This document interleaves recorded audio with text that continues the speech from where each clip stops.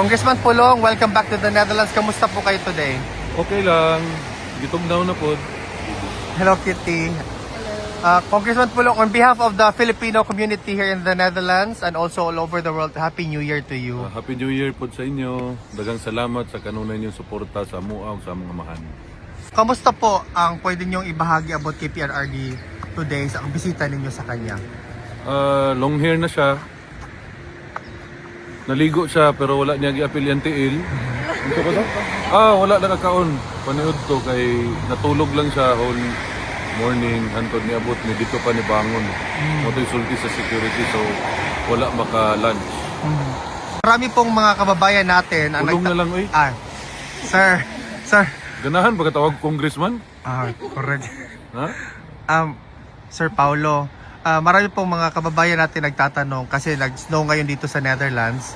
Kamusta po daw si PRRD sa lamig, sir? Wala man, okay man ang temperature sa sulod. Okay. Kontrolado man ang temperature na may mga heater po ang ilang mga kwarto. Pati lang itlog may heater. Kamusta yung ano mo, sir? Kamusta yung adjustment mo sa weather from tropical weather to... Ay, anad na ni sa Davao. Mga taga Davao, bugnaon ba kami? Di ba? Bugnaw, maganda Davao. Sila rin may init. Correct. Hit pa more. Ano po yung masasabi nyo sa 2026 na marami talaga pinaghahandaan kayo ng mga detractors na ang pamilyang Duterte ay aatakihin nila, lalong-lalo na yung kapatid mo na si Vice President Inday Sara Duterte? Di lang tayo mag-story about governance, politics, kay howd man kuno sila ana, no? So, kung na sila ay attack buhaton sa mua, di andam eh. Andam lang. Tangkidigira ilaha, amua pader, ana lang gud.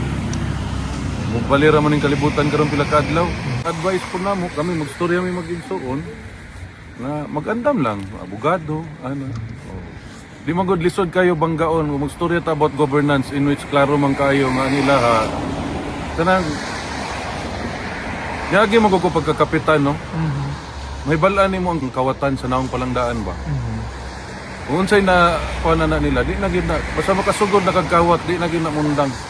Unang di po sila gusto matanggal diha. Ang problema ana, di gusto mo agi og saktong proseso. Demokrasya man katong istoryahan.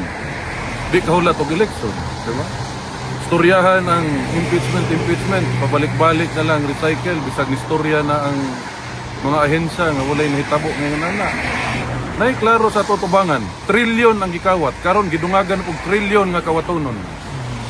So kamo mga Pilipino inyuhan na ng pagbuot, no? Ug okay ra sa inyo kawatan mo, nahibalo pa lang ko, niapil na lang ko. Di ba?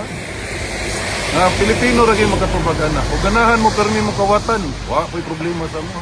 Mo maghilom ra man yung mga Duterte skilid. Ay lahilabti kay matamakan nga sobra mamaak mga ning iro. Correct. Lain pud baya kung maak. Ano po yung gusto nyong sabihin sa mga kababayan natin for the year 2026, lalo-lalo na bagong taon lang? Expect ninyo mas mupait ang inyong kinabuhi. Kabalo naman mo mga ano. Di man gyud na malikayan ng greed. No? Kawat. Di gyud malikayan. Bisag unsa o yung tanaw, wa pagani ninyo na gihalongkat ng Accounts Committee sa Congress ug sa Senate. Halongkat ta ninyo na makita ninyo diha tanan. Kung asa ang isa pa ka corruption diha sa mga amo to sa tawag na. Pulong na lay tawag sa ko, ito tawag ang congressman. Kaulaw. Damay patani. Pero mga taga Davao, basta ako mo serbisyo lang ko sa inyo ha. Ayan na mo to ng mga storya-storya nga wala gasolod sa HOR. So ibuhaton ako dito kay committee. Ano to Slibiste, gusto mo kontratong budget? Wa ganit tagda sa naglingkod na speaker. Ayan mo to na ilahang mga pakyut-kyut ng mga ano kasi tawag na nila, hindi naman na cockroach.